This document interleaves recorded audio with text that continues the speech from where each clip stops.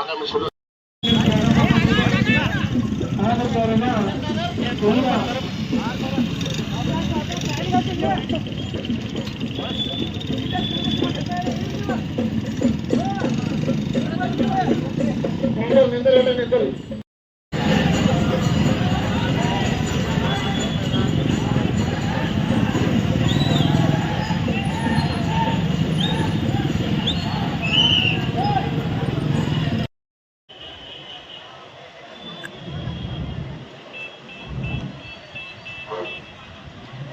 ಎಲ್ಲ ಮಾಲಿಂಗಪುರ ತಾಲೂಕಾ ಹೋರಾಟ ಸಮಿತಿಯ ಪದಾಧಿಕಾರಿ ಮತ್ತು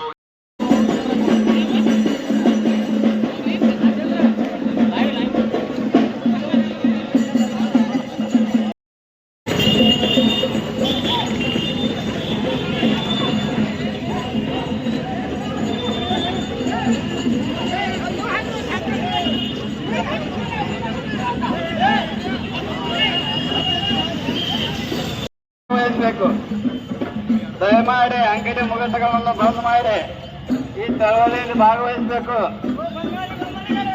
ಯಾಕಂದ್ರೆ ಮಾಲಿಂಗಪುರ ತಾಲೂಕು ಆಗ್ಬೇಕಾದ್ರೆ ಎಲ್ಲರೂ ಒಂದು ಕೈ ಕೂಡಬೇಕು.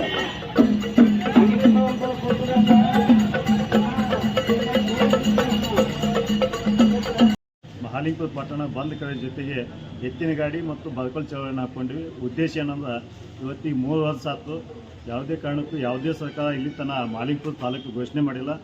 ಅದಕ್ಕೆ ಮಾಲಿಂಗಪುರ ತಾಲೂಕು ಘೋಷಣೆ ಆಗುತ್ತಾನ ಈ ನಿರಂತರವಾದಂಥ ಹೋರಾಟ ಇರುತ್ತೆ. ಇವತ್ತಿನ ದಿನ ಸಂಬಂಧಪಟ್ಟಂಥ ಅಧಿಕಾರಿಗಳು ಬಂದು ಸಮರ್ಪಕವಾಗಿ ಉತ್ತರ ಸಲ್ಲಿಸುವ ಮಟ್ಟ ಮತ್ತು ತಾಲೂಕಿನ ಬಗ್ಗೆ ತಾವು ಸದನದೊಳಗೆ ಮುಖ್ಯಮಂತ್ರಿಗಳನ್ನು ಭೇಟಿ ಮಾಡಿಸುವ ಮಟ್ಟ ಯಾವುದೇ ಕಾರಣಕ್ಕೂ ಚಳವಳಿಯನ್ನು ವಾಪಸ್ ಪಡೆದಿಲ್ಲ ಅಂತ ಹೇಳಿ ಇವತ್ತು